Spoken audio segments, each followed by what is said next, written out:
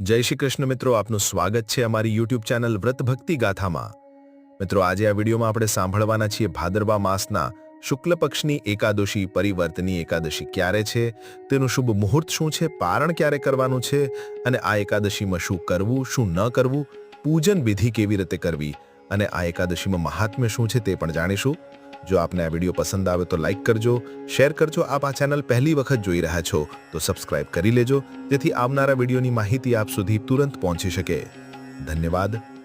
હિન્દુ શાસ્ત્રમાં એકાદશીનું ઘણું મહાત્મ્ય છે। એમાં ખાસ કરીને આ ભાદરવા માસના શુક્લ પક્ષની એકાદશીને પરિવર્તની એકાદશી કહેવાય છે અને જલ ઝીલણી એકાદશી પણ કહેવાય છે। ચાતુર્માસ દરમિયાન આવતી આ એકાદશીમાં ભગવાન નારાયણ જે શેષ શૈયા ઉપર બિરાજમાન થઈને યોગ નિદ્રામાં પોઢેલા છે તે પડખું ફેરવે છે આ એકાદશીના દિવસે। એટલા માટે આ એકાદશીને પરિવર્તની એકાદશી કહેવાય છે અને આ એકાદશીનું એક નામ જલ ઝૂલણી એકાદશી પણ છે।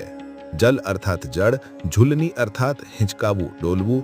એટલા માટે એવું કહેવાય છે કે અત્યારે પ્રભુ જલમાં વિહાર કરે છે। ભગવાન શ્રી કૃષ્ણએ ગોપીઓ સાથે, રાધારાણી સાથે જલ વિહાર એટલે કે નૌકામાં બેસીને યમુનાજીમાં જલ વિહાર કરેલો હતો અને આજે વૈષ્ણવ મંદિરમાં ભગવાન શ્રી કૃષ્ણને, ભગવાન નારાયણને જલ વિહાર કરાવવામાં આવે છે નૌકામાં બેસાડીને। એટલા માટે એકાદશીને જલ ઝૂલણી એકાદશી કહેવાય છે।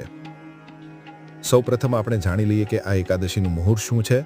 આપણા હિન્દુ પંચાંગ અનુસાર પરિવર્તની એકાદશી તિથિ પ્રારંભ થાય છે તારીખ 3 સપ્ટેમ્બર 2025 લગભગ વહેલી સવારે 4:53 જે અતિથિ પૂર્ણ થાય છે 4 સપ્ટેમ્બર 2025 વહેલી સવારે લગભગ 4:30 વાગ્યાની આસપાસ।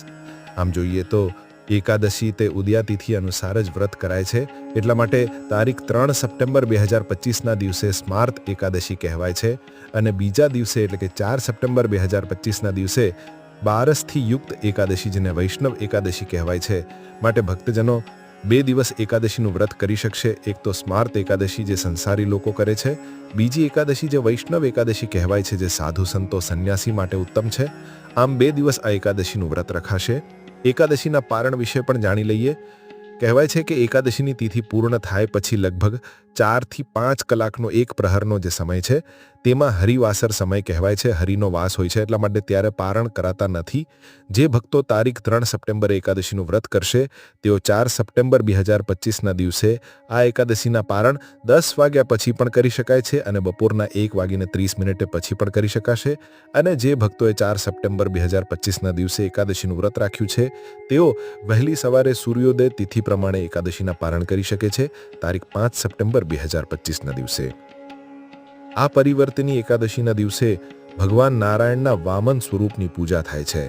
ભગવાન શ્રી કૃષ્ણએ અર્જુનના પૂછવાથી આ પરિવર્તની એકાદશીના મહાત્મ્ય વિશે કહેતા કહ્યું કે જ્યારે ભગવાન નારાયણના સ્વરૂપ એવા વામન રૂપ ધારણ કરીને રાજા બલિ પાસે જ્યારે હું યાચના કરવા ગયો હતો ત્યારે મેં 3 ડગલા ભૂમિ માંગી હતી।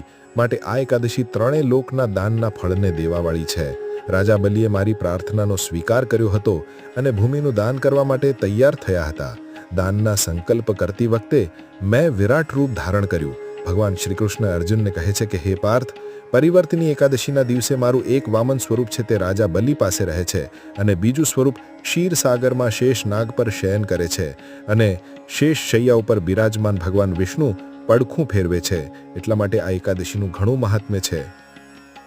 આ એકાદશીના દિવસે કહેવાય છે કે ભગવાન શ્રી કૃષ્ણનું પ્રથમ વખત સ્નાન થયું હતું, નામકરણ પણ થયું હતું અને ભગવાન શ્રી કૃષ્ણના વસ્ત્ર યશોદા માતાએ ધોયા હતા।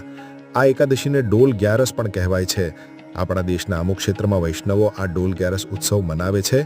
ભગવાન વિષ્ણુ કે ભગવાન શ્રી કૃષ્ણની પ્રતિમાને ડોલીમાં લઈને જલાશયમાં સ્નાન કરાવવા જાય છે અને એમ પણ કહેવાય છે કે યશોદા માતાએ આજે ભગવાન શ્રી કૃષ્ણને પારણે ઝૂલાવ્યા હતા અને એમ પણ કહેવાય છે કે ગોપીઓ સાથે ભગવાન શ્રી કૃષ્ણ વનમાં ઝૂલા ઝૂલતા હતા। માટે આ એકાદશીને ડોલ ગ્યારસ પણ કહેવાય છે। ઝૂલાવવામાં આવ્યા હતા ભગવાનને। આજે પણ વૈષ્ણવ મંદિરમાં ભગવાનને ઝૂલે ઝૂલાવવામાં આવશે। અને આ એકાદશીને વામન એકાદશી પણ કહેવાય છે। ભગવાન શ્રી વિષ્ણુના વામન અવતારની આજે કથા સંભળાય છે। ભગવાન શ્રી વામન દેવનો જન્મદિવસ પણ મનાવાય છે અને એવું પણ કહેવાય છે કે ભગવાન શ્રી વામને બલિરાજા પાસે આજે 3 પગ ભૂમિ માંગી હતી અને 3 લોકનું શાસન પોતે જપ્ત કર્યું હતું। હવે આપણે જાણી લઈએ આ પરિવર્તની એકાદશીની પૂજન વિધિ વિશે। આ પરિવર્તની એકાદશીના જે ભક્તો વ્રત રાખવા માંગે છે તેઓ એકાદશીના દિવસે સવારે વહેલા ઉઠીને સ્નાનાદિથી પરવારીને શુદ્ધ વસ્ત્ર ધારણ કરે, ભગવાન શ્રી કૃષ્ણ કે ભગવાન નારાયણનું ધ્યાન ધરે અને આપણા ઘરના મંદિરની સાફ સફાઈ કરીને ત્યાં બિરાજિત પ્રભુની મૂર્તિ, ફોટાનું પૂજન વિશેષ કરાય છે. ભગવાન શ્રી કૃષ્ણ કે ભગવાન નારાયણના મંત્ર જાપ કરતા કરતા પ્રભુનું પૂજન થાય છે. જો મૂર્તિ હોય તો પંચામૃતથી સ્નાન, શુદ્ધ જળ અથવા ગંગાજળથી સ્નાન કરાવાય છે, શુદ્ધ વસ્ત્ર પરિધાન કરાવાય છે, શૃંગાર આદિ ભગવાનને સજાવાય છે. ત્યારબાદ ભગવાન શ્રી કૃષ્ણને કે ભગવાન નારાયણને ધૂપ, દીપ, નૈવેદ્ય, પુષ્પ, ફલ, ફલાદિ, તુલસી દલ અને માખણ મિશ્રીના ભોગ દ્વારા પૂજન થાય છે. ભગવાન નારાયણને પ્રિય એવી આ એકાદશીના દિવસે વ્રતનો સંકલ્પ પણ સવાલે જ કરવાનો હોય છે. વ્રત 3 પ્રકારે થાય છે. એક તો નિરાહાર, જેમાં જળ પણ લેવાતું નથી. બીજું છે ઉપવાસ, જેમાં ચા, દૂધ, કોફી, ફળ, ફલાદી અને જે ફરાળની સામગ્રીઓ છે તે લઈ શકાય છે. અને ત્રીજું છે અત્યારના સમય પ્રમાણે એક ટાઈમ ભોજન લેવું, જે સાંજના સમયે લઈ શકાય છે. એ એક ટાઈમ ભોજન એ લોકો લઈ શકે છે જેઓ વ્રત કરવા માંગે છે પરંતુ કરી શકતા નથી, ભૂખ્યા રહી શકતા નથી, અથવા એવું કામ છે શરીર સાથ નથી આપતું, વૃદ્ધ, બાળકો, બીમાર હોય છે, ગર્ભવતી મહિલાઓ હોય છે. તેઓ સાત્વિક ભોજન લઈને અથવા તો વ્રત ન થાય તો પણ પ્રભુનું નામ સ્મરણ કરી માનસી સેવા દ્વારા પ્રભુને પ્રસન્ન કરવા જોઈએ. જે આપણાથી થાય એ રીતે મનને પવિત્ર રાખવું, દાન પુણ્ય કરવું જો આપણને પ્રભુએ શક્તિ આપી હોય એ પ્રમાણે. આ એકાદશીનું વ્રત રાખવાથી, આજે પૂજન કરવાથી પ્રભુનું સ્મરણ માત્રથી જ વાજપેયી યજ્ઞનું પુણ્ય પ્રાપ્ત થાય છે. જેમ ભગવાન શ્રી કૃષ્ણએ મહાભારતના યુદ્ધ દરમિયાન અર્જુનની સામે વિરાટ રૂપનું દર્શન કરાવ્યું, એ જ રીતે વામન ભગવાન પણ વામનમાંથી વિરાટ થયા હતા. આ એકાદશીના દિવસે કહેવાય છે કે તુલસી માતાજીની સેવા પૂજા થાય છે, દીપદાન થાય છે, પીપળાના વૃક્ષની પૂજા થાય છે જે સર્વદેવમય છે, ગાય માતાની સેવા થાય છે, પૂજા થાય છે જેમાં 33 કોટી દેવતાનો વાસ છે. 33 કોટી, કોટી એટલે કરોડ નહીં, પરંતુ 33 પ્રકારના દેવતા આપણા હિન્દુ ધર્મમાં પૂજનીય છે. જો કે આપણા ઈષ્ટ દેવતા અને ઈષ્ટદેવીની પૂજા થઈ જાય તો પણ સર્વદેવી દેવતાની પૂજા સમાન ફળ પ્રાપ્ત થાય છે. આજના દિવસે રાત્રિએ 12 વાગ્યા સુધી જાગરણ કરાય છે. આજે જે ભક્તો વ્રત કરે છે તે પ્રભુને પ્રાર્થના કરે કે હે નાથ, આજે મેં એકાદશીનું વ્રત કર્યું છે, બીજા દિવસે બારસના દિવસે હું આ એકાદશીનું પારણ કરીશ. હે પ્રભુ, મારી સેવાનો સ્વીકાર કરજો, મારા પાપ નષ્ટ થાય, ભુક્તિ અને મુક્તિની પ્રાપ્તિ થાય. હે પ્રભુ, મારી ભૂલ અપરાધને ક્ષમા કરજો. આ રીતે પ્રાર્થના કરવી જોઈએ અને પ્રભુને નિવેદિત કરવા જોઈએ તુલસી પત્ર. આપણે જે ભગવાનને ભોગ સમર્પિત કર્યો છે તેમાં તુલસી દલ પધરાવવાનો નિયમ છે. જો આપણે દશમના દિવસે તુલસી દલ તોડી ન શક્યા હોઈએ તો એકાદશીના દિવસે તુલસી પત્ર પ્રભુની પૂજા માટે તોડી શકાય છે, પોતાના ઉપયોગ માટે નહીં. આ એકાદશી એવી છે કે જો માસિક ધર્મમાં બહેનો હોય કે સૂતક પણ હોય તો પણ વ્રત થાય છે, પૂજા નથી થતી. એકાદશીના દિવસે વ્રત ઉપવાસ કરવાથી પાપો નષ્ટ થાય છે, પુણ્યફળની પ્રાપ્તિ થાય છે.